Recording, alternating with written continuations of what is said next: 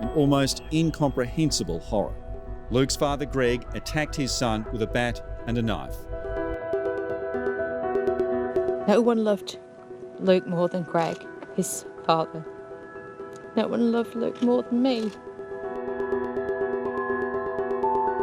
Family violence happens to everybody, no matter how nice your house is, how intelligent you are. It happens to anyone and everyone. Rosie Batty's here with us this morning. The person I know is talking about He says he was inspired by Rosie Batty's The message has been so strong, have made a difference. Very quickly, I'm an advocate, I'm the voice of family violence. I think that's the thing, isn't it? I've got nothing to lose and nothing more to be frightened about.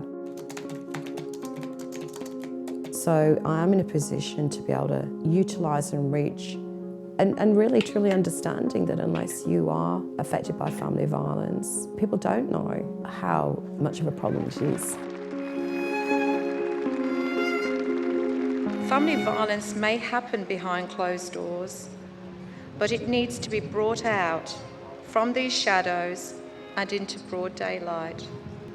1 in 4 children and at least 1 woman a week is killed. As the Australian of the Year, I am committed to building greater campaigns to educate and challenge community attitudes.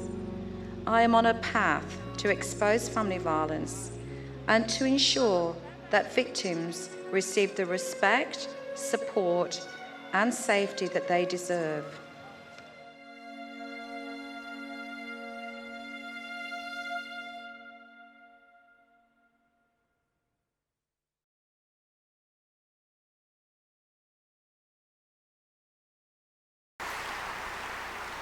Family violence, it involves us all, and my name is Rosie Batty. I live in Australia, part of a rural community on the Mornington Peninsula in a small place called Tyab, close to great beaches, wineries, and stunning countryside. 3 years ago, I was an ordinary single parent with a beautiful son called Luke, who was only 11 years old. We lived in a lovely home on 2.5 acres with chickens, donkeys, goats, a real menagerie. Not to mention 3 gorgeous dogs and 2 friendly cats. Luke loved school and had many friends that he made whilst learning to swim, play cricket and football, also progressing through Cubs, part of the local Scouts group. All this is within our small, intimate community in Tyab and within 10 minutes of our home. For the first time since leaving England almost 30 years ago, I felt a sense of belonging. We were part of a small community, and it seemed that everyone knew who we were, and friends were all around us. I didn't know what family violence was. But on the 12th of February 2014, my son was murdered by his father at cricket practice on a hot summer's evening. The news shocked Australia. No one could believe that something like this could happen. The following day, I spoke to the media, and to everyone's surprise, I said, family violence happens to everyone, no matter how nice your house is or how intelligent you are. It happens to anyone and everyone.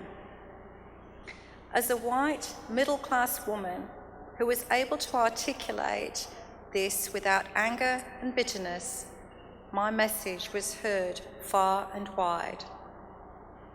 I was able to be a voice for victims of family violence, speak on their behalf, and for the first time, it felt that people were starting to listen. In fact, I haven't stopped speaking since Luke was murdered, and my journey has taken me all over Australia. I was even awarded one of the highest honours anyone can receive by being made Australian of the Year 2015 and spoke at over 250 conferences, reaching at least 70,000 people just last year alone. And now I am here in Seoul speaking to you, thousands of wonderful Rotarians who have joined together at this international conference, and I am so very pleased to be here.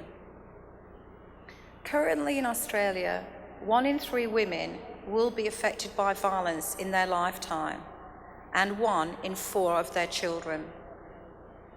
Right now, we have 2 women a week, on average, being murdered by a current or former partner when they choose to leave a violent relationship. Luke was murdered by his father at cricket practice that evening as a final act of power and control. This was a premeditated act, the ultimate act of power and control, and made to make me suffer for the rest of my life. I had never lived with Luke's father and lived in my own home, fully supporting Luke as a single parent for the whole of Luke's life. I had supported Luke's relationship with his father since birth, as I believed it was in Luke's best interest to do so. So I never had to leave because we had never lived together. Luke was killed because his father was no longer able to have access to him due to his spiralling behaviour and my genuine concerns for Luke's safety. He had lost power and control. This type of violence cannot be understood or rationalised. It cannot be explained or condoned. How could a father murder the very son that he loved so deeply?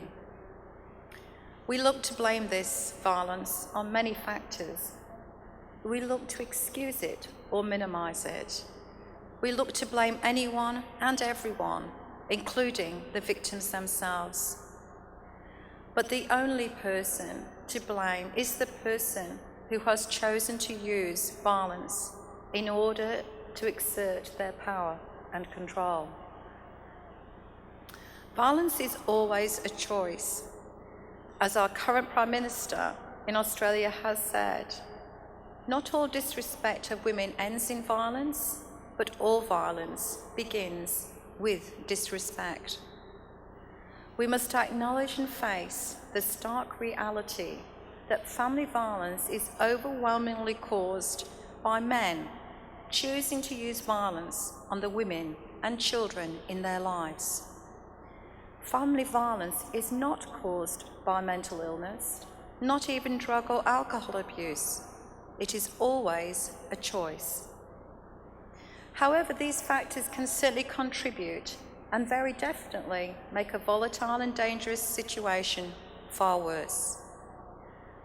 But the root cause of this violence is gender inequality and the deeply embedded attitudes towards women so many men share, where women are seen as chattels or possessions and not their respectful equal. In some countries, we know women have no rights, and there are countries like Australia where we believe women are equal and to all intents and purposes are superficially seen as equal. But the reality that most women face is quite the opposite. There are also many forms of violence, and I eventually realised that I had experienced them all. But initially I didn't recognise that what I was experiencing was indeed violence, and it was only through counselling that I began to understand and recognise the different forms of violence, including psychological, sexual, financial, and of course, physical. I believed that because I wasn't actually being hit, that it wasn't really violence.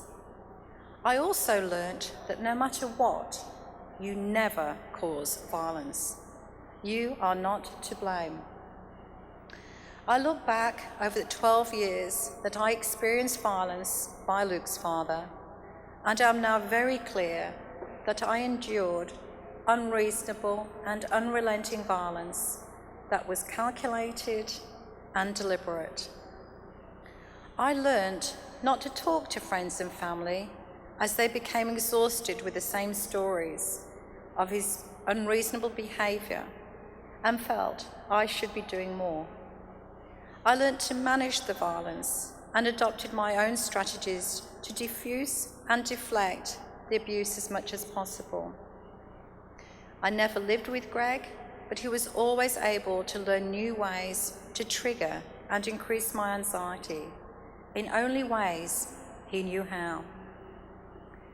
To outsiders, it was impossible to explain the level of fear I held deep inside, but it would surface when faced with new boundaries I had to impose as his behaviour deteriorated. I learned that the police do the best job that they can, but an intervention order, which is your only avenue of protection, is merely a piece of paper that you cannot hide behind.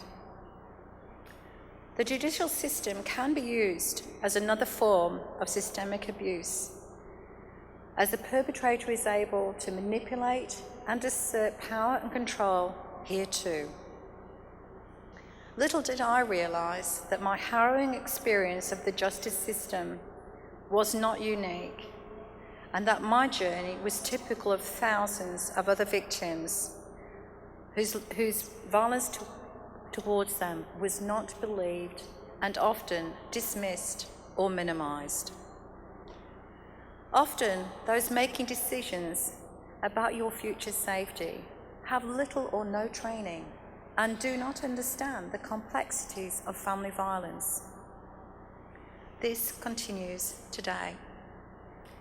My intention is to keep speaking until victims are no longer blamed and perpetrators of this violence are made accountable. We have a long way to go. We still all too frequently find ourselves asking, why doesn't she just leave? And expect the victim to take responsibility for her own safety. As a community, we still do not realise that for a woman to leave a dangerous and violent relationship, she puts herself in the greatest risk of being killed, as she takes control of the relationship dynamic by leaving and regaining her power to rebuild a new life. Poverty, financial stress, and homelessness are also significant barriers to a woman being able to leave a violent relationship. And for many, leaving the relationship does not mean that the violence ends, but creates new ways for the victim to be abused and their new lives compromised by the constant threat and intimidation they continue to experience. This is where children are often innocent victims, caught in the crossfire and used as further opportunities to exert power and control through the family law court system. Each time I speak, I know that many will voice their concern that women can be violent too, and not all these problems are the fault of men. To this I absolutely agree.